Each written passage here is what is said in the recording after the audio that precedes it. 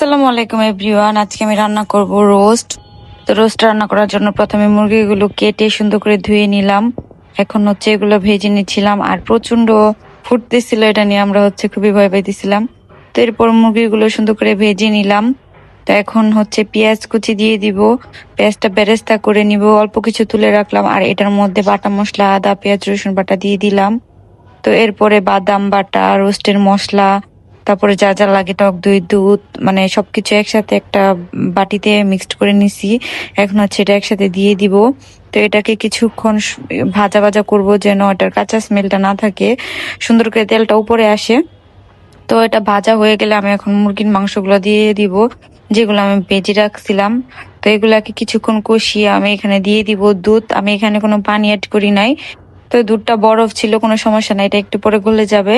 এরপর আমি একটা ঢাকা দিয়ে রেখে দিব। তারপর হয়ে আসলে আমি চালটা অফ করে দিব। তো আজকের মতো আমার রোস্ট রান্না হয়ে গেছে।